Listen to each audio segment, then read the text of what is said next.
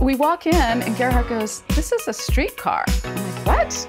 What do you mean it's a streetcar?" He goes, "Yeah, look at it and look at the bathroom. There's another streetcar over there." I'm like, "You're kidding me." We were blown away by it.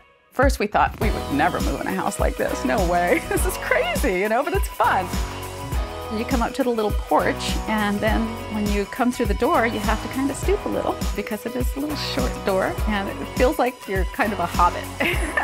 So sometimes Garrett and I are creating little jokes about that, a little hobbit house. It was very strange because there are low ceilings. I almost hit my head on the ceiling, and it was pretty run down.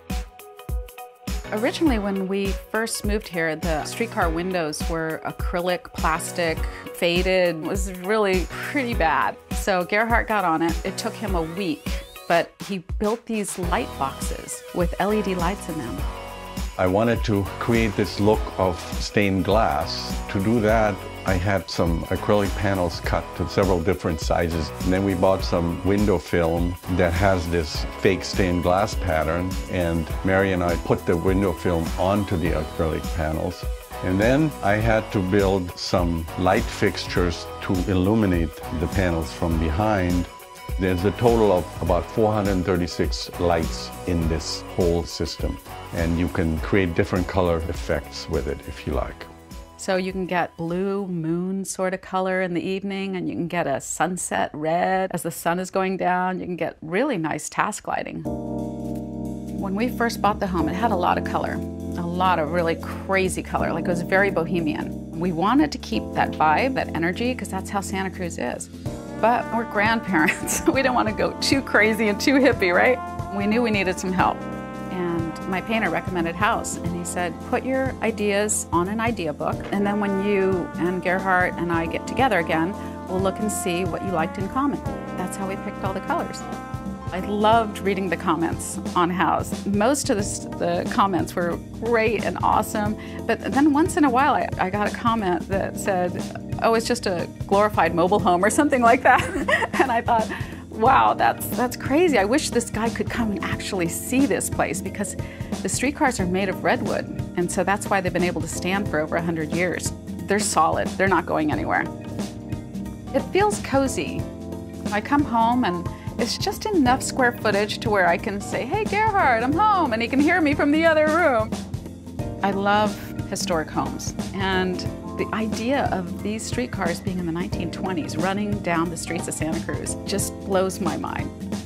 And I'm kind of a Mary, quite contrary sort of person, I just don't do things the way most people do. So this is perfect for me. It's just different enough. And then we added our touch to it. We've done a lot of work to it, so it's been great. It's been a really fun process. It's been a labor of love. I love the smell of the ocean air. Even at night, we can open the window and hear the sea lions barking down on the wharf, so that's nice. My dad passed away when I was about 10 years old, but he used to take us to the beach all the time, to Chincoteague, and it was the Atlantic Ocean, a lot of big waves and warm water. So we used to go all the time, and even after my dad passed away, my mom would take us to the beach, and so that was my happy place, my happy zone. Very easy walking distance to the beach, easy access to various running trails. It's just really great to live so close to the beach. Pour you some wine? Okay, Yeah. Thank you. Gerhard and I have been married for 30 years now. We have 3 kids and 6 grandkids. So we thought it would be great to have a house in Santa Cruz where the kids can go to the boardwalk and go to the beach. The last house we were in was in Los Gatos in the mountains, so it's very peaceful and serene, very quiet, no street lights. We came here and there were a lot of street lights, city, people walking by, students walking by, cars going by, so we had to adjust to the noise and to the lights. In between the bedroom and the bathroom is an actual streetcar door. From the bedroom, you're going to the bathroom, you're actually going where the conductor might have sat.